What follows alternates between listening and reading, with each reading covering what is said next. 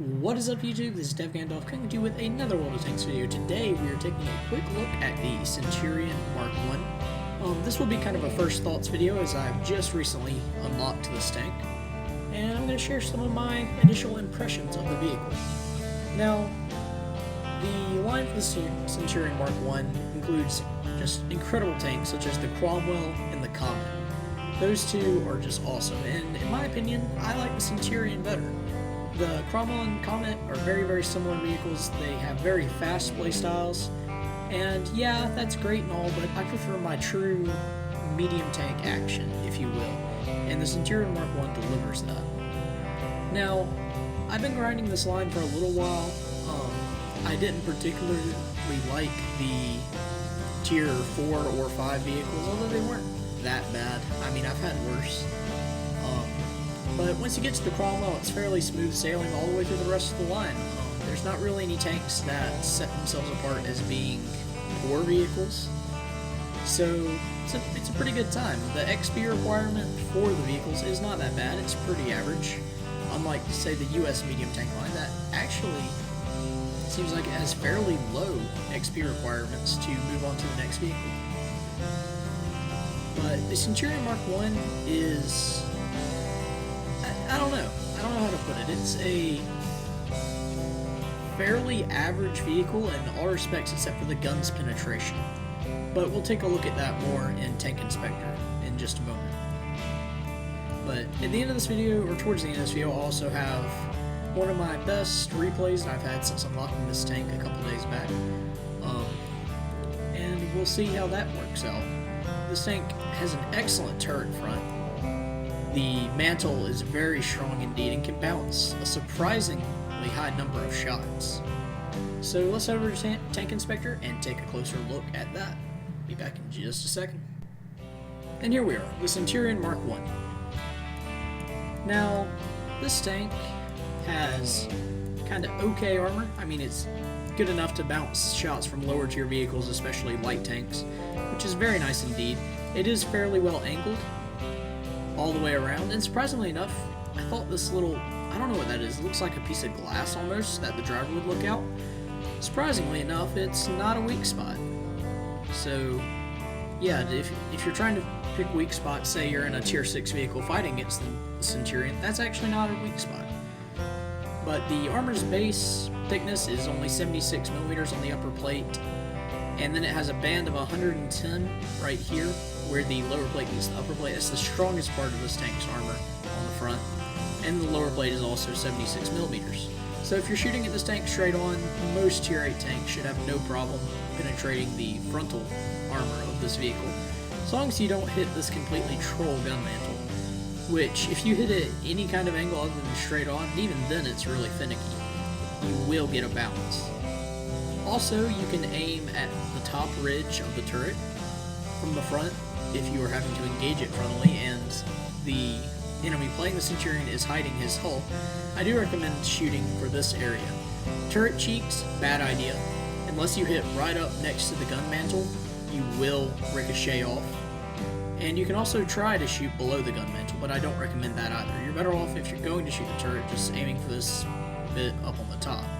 This tank doesn't really have much of a commander's hatch to speak of, but again, it's kind of irrelevant by the fact that you can just penetrate the upper cheek.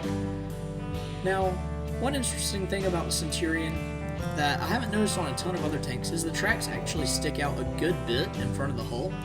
So if you've got the enemy, say, peeking at you from around a corner like this, you can actually take out his inner drive wheel very easily before he even gets his turret around the corner.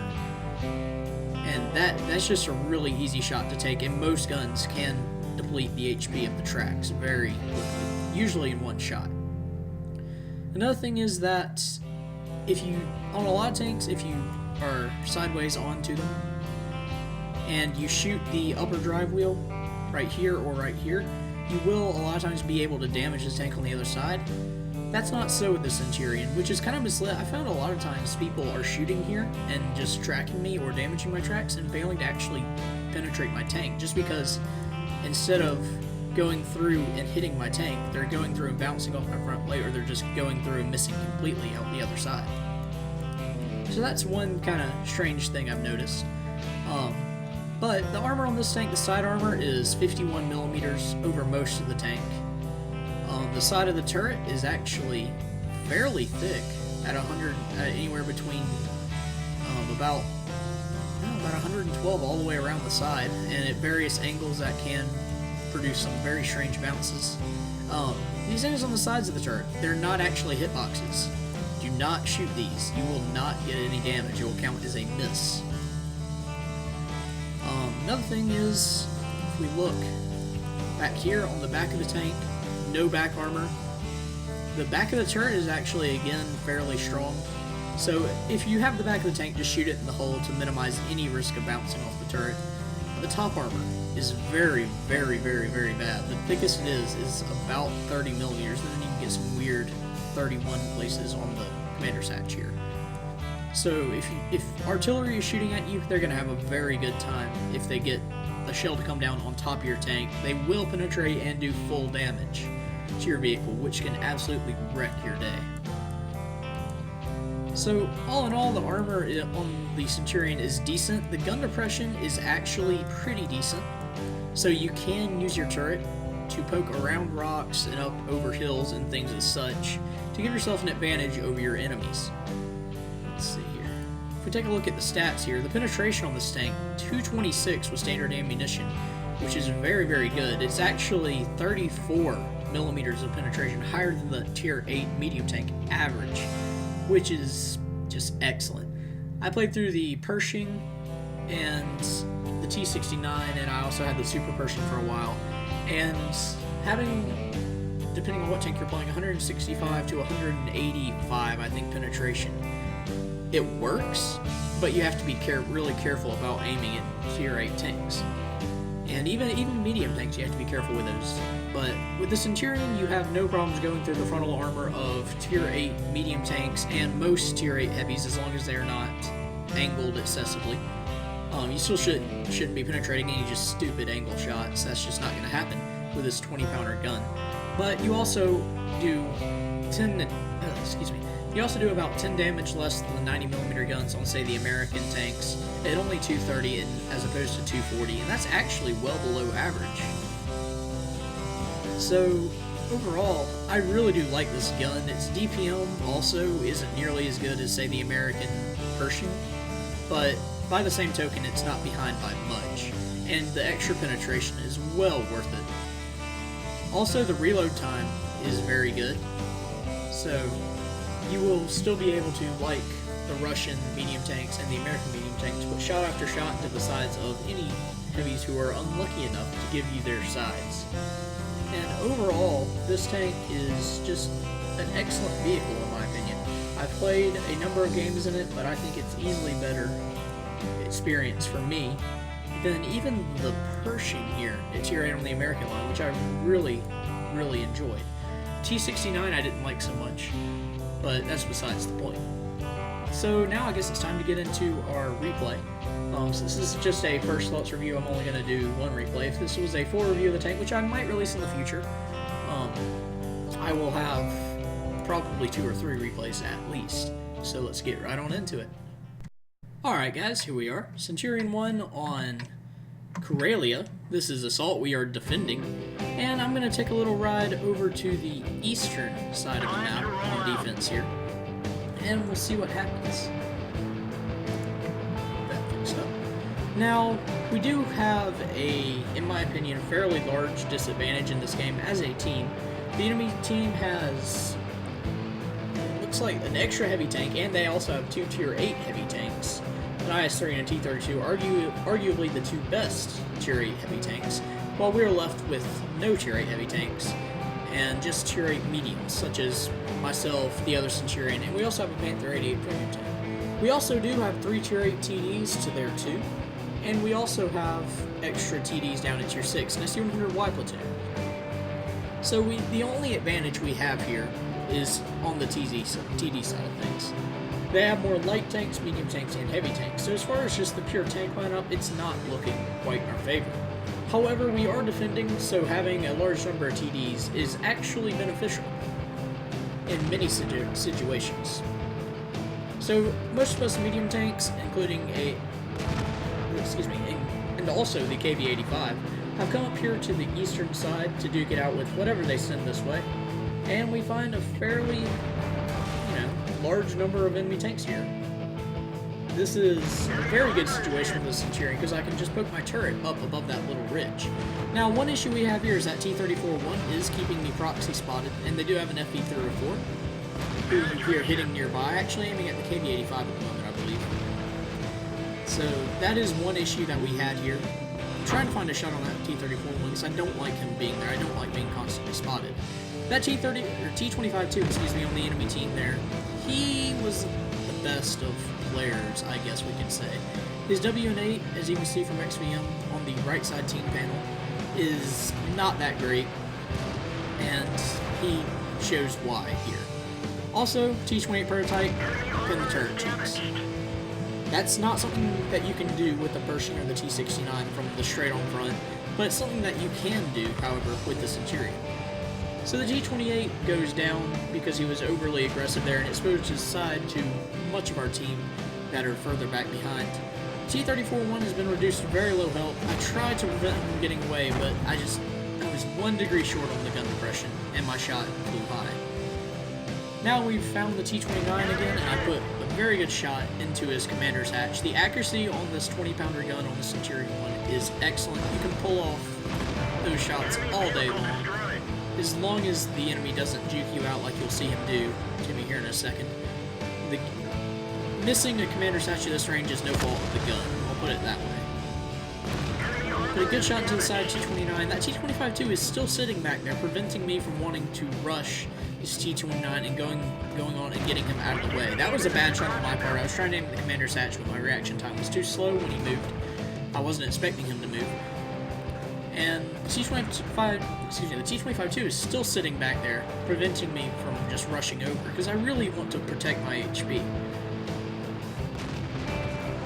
Now, I've decided I'm going to go around the other side of this rock and put shots into the T-29, which gave me an easy window to fire on him without being able to get shot by the T-25-2. And I'm going to do it one more time here and collect the kill. Now, I really did want to rush down and kill that T-34-1 right there, but I saw there was a T-32 back further to my left, and also I got hit by their FV-304 and took a negligible amount of damage, but still damage all the same, and it told me that they were watching me. Now, unfortunately, I had to waste a repair kit right there that would have come in handy later on in this game. Because the T-25-2 damaged my gun, I don't want to lose the accuracy advantage that this 20-pounder gun on the Centurion Mark I has. So I went on and repaired that, and I'm just trying to keep using this ridge. You can see this T-25-2 is bouncing a lot of shots off my gun mantle throughout this game.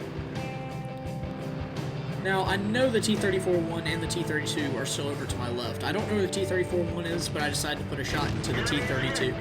That is, again, a very strong Tier 8 heavy tank, arguably jousting for the top position for the Tier 8 heavy tanks with the IS-3. But my teammates managed to finish him off, and I try to get across this little road here without getting hit by the T-34-1, which I do manage to do successfully, and then I find the T-25-2 back down below. So it's a good thing I went on and got across here because I'm in a much better position from which to engage this guy. I put a shot into him, and he is not able to return fire, and even if he did return fire, his shot probably would have bounced yet again. Put another one into him without him being able to hit me, and teammates finish him off. Now, I took a shot from the FE-304 there, which I was able to see the direction the tracer came from, and so I know that he was over there. I take some big hits there. The FE-304 actually tracked me and got me stuck out in the open. I took a hit from the T-34-1 and from a tank destroyer sitting back in their spawn on the hill. Probably the ISU. Actually, it had to have been the ISU at this point, because I highly doubt it was the T-150, because he would have been well outside of the 500-meter maximum, I guess, rectangle that from which you can even see enemies that are spotted. But now he's come into that range, and I can put just nice, easy, long-range sniper shots into his tank. This is where the accuracy of this gun really comes into advantage, and it just allowed me to put 2 easy shots right down into the side of his turret. And even if that had flown low and hit him in the angled hull, it probably still would have penetrated with my 235mm penetration on the standard shells. You do see me carrying a decent supply of APCR shells, but that's just because at the time this game was played, I still wasn't sure how much of an effect the extra penetration would really have on the way this tank plays out. But to put it in perspective, the penetration of the standard ammo on the Centurion 1 only has about 20 less penetration than the APCR ammunition on both the T69 and the Pershing, which are the other two main Tier 8 medium tanks, in my opinion. Now at this point, there's only the ISU and the FE304 left. I do want to try to get shots into the ISU. Honestly, I was thinking that I could come out of this with a top gun, but I was actually incorrect. I thought that I was on 4 kills at this point, but I was actually only on 3. So that was a little unfortunate. So here, my gun actually did miss a little low. It didn't completely miss, it did hit him in the tracks, but it missed the target and didn't do any damage. Now that the ISU has been unspotted, I really don't want to push up there and get shot by the ISU. I just know that as soon as I round that corner down there by the one spawn of the enemy team, I know just with my luck that he would be watching and just easily put a shot into me. There's no bouncing a shot from the ISU in this tank, unless he gets a really unlucky shot off your gun mantle. But thankfully he's giving me his easy side shots. The ISU has terrible side armor, and that blind shot actually does hit and puts him on perilously low health. So now at this point I'm just waiting for a 1375 to get up there and spot him again so I can try to finish him off. But unfortunately I don't actually think that ends up happening. I think I push up here, yeah. I start pushing up, trying to find their FE304. And just hoping that I can find him and put one shot into him. Although unfortunately a high roll with this gun is unlikely to kill the FE304 in a single shot. And that was a very good shot to the rear drive wheel of the ISU that managed to damage his tank as well and kill him. I really did not think that was going to kill him. I just wanted to try to get some tracking assistance damage, but the shot went through and I had my way with it. Now it's just the FE304 left and he drowns himself. So we get a very nice victory here in the Centurion Mk with 2,890 damage of unspotted enemies, but I actually end up doing about 3.4k when you add in the blind shots that hit on the ISU. So as you can see, there are plenty of just various dings and dents all over my gun mantle, and otherwise the tank is fairly clean. I did take a few hits from the FE304, but the effect was negligible. I was very lucky that he didn't get a shot right into the top of my tank for max damage on the FE304 with 410. That would have just completely ruined my day. But in the end, he committed suicide rather than give us the damage. So yeah, if you enjoyed this video, please do leave a like. If you want to see more, head over to my channel and subscribe so that my videos show up in your sub box on YouTube. And yeah, if you have any questions or comments, drop them in the comment section below. This is DeFGandolf signing off. Later, guys.